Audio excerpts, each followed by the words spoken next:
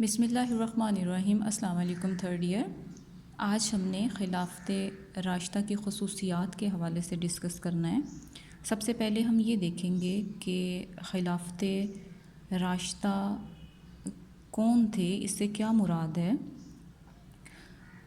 تو خلافت راشدہ سے مراد ہم اس دور کو کہتے ہیں جس میں خلافت ان اصولوں پر قائم رہی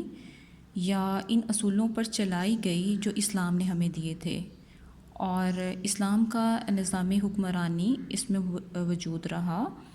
اور اس کا وجود مکمل طور پر اس میں رہا تھا، اور خلیفہ نے نہایت خلوص اور اخلاص کے ساتھ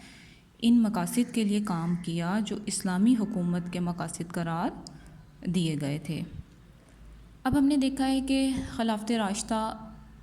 کی وہ کون سی ایسی کریکٹرسٹکس تھیں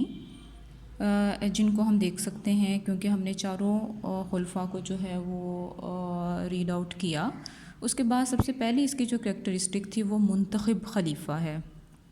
جب بھی خلافت راشدہ میں کے دور میں جب خلیفہ کا انتخاب کیا جاتا تھا تو ان کے اوپر کسی قسم کا کوئی پریشر نہیں ہوتا تھا، اور کوئی تلواریں وغیرہ نکال کر یا ان کو کوئی کسی بھی طرح سے پریشرائز کر کے خلیفہ منتخب نہیں کیا جاتا تھا، بلکہ عوام اپنی رضا سے کسی شخص پر بھی اعتماد کا اظہار کرتے تھے اور جو ہے وہ خلیفہ کو منتخب کیا جاتا تھا، اور باقاعدہ طور پر اس کے لیے جو ہے وہ کمیٹیاں بھی تشکیل دی گئی تھیں، اور ہر اس شخص کو جو ہے وہ خلیفہ منتخب کیا جاتا تھا جس پر عوام جو تھے وہ رضامند ہوتے تھے، اور عوام سے پوچھ کر ہی جو ہے وہ خلافت سنبھالی جاتی تھی۔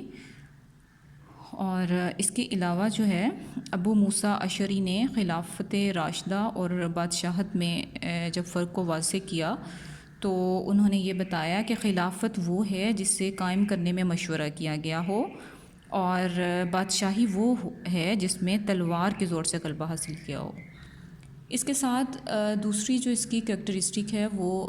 نمائندہ مجلس شورا کا وجود۔ خلافت کا نام جہاں پہ آئے وہاں پہ یہ ہے کہ خلافت شورا کے بغیر یعنی مشاورت کے بغیر جائز نہیں ہے، کیونکہ قرآن پاک میں بھی اس کا واضح طور پر یہ ہدایت فرمائی گئی ہے کہ مومنین کے مسائل باہمی مشورے سے طے ہوتے ہیں، اور خود بھی حضور صلی اللہ علیہ وسلم کے زمانے میں معزز جو صحابہ کرام تھے ان سے بھی جب بھی کوئی امور ریاست کے حوالے سے بہت سے مشورے لیے جاتے تھے،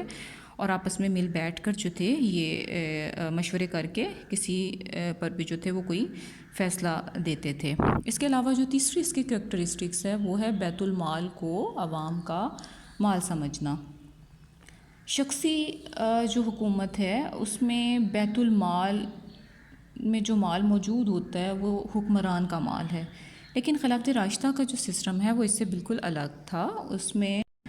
بیت المال کو عوام کی امانت قرار دیا جاتا تھا، اور خلیفہ کا اس پر صرف اتنا ہی حق ہوتا تھا جتنا ایک یتیم کے وارث کو یتیم کے مال پر ہو سکتا ہے، اور خلیفہ صرف اتنا ہی الاؤنس جو تھا وہ لینے کا مجاز تھا جتنا میں اس کا بس جو ہے وہ گزارا ہو سکتا تھا۔ اس کے علاوہ جو چوتھی اس میں کریکٹرسٹک ہے وہ ہے کتاب اللہ اور سنت رسول اللہ صلی اللہ علیہ وآلہ وسلم کے مطابق حکومت۔ جو خلافت راشدہ ہے وہ کسی شخص کی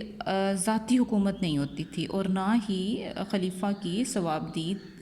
کا کوئی زیادہ اس حکومت میں عمل دخل ہوتا تھا، بلکہ خلیفہ اور اس کے عمال یعنی جو اس کے گورنرز تھے ان کا مقصد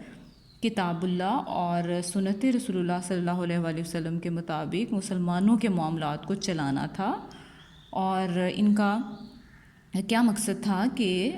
ظالم کے ظلم کو روکا جائے اور مظلوم کی داد رسی خلیفہ کا فرض تھا، اور اس مقصد کے لیے خلیفہ کے اور عوام کے درمیان پردے حائل نہیں ہونے دیے جاتے تھے، بلکہ براہ راست ان کو یہ کہا جاتا تھا کہ وہ آئیں اور اپنے مسائل جو تھے وہ آ کے بتائیں، اور ان کو جو ہے وہ قرآن اور سنت کے مطابق جو تھا وہ اس کو حل کرنے کی جو ہے حل کیا جاتا تھا اس کو۔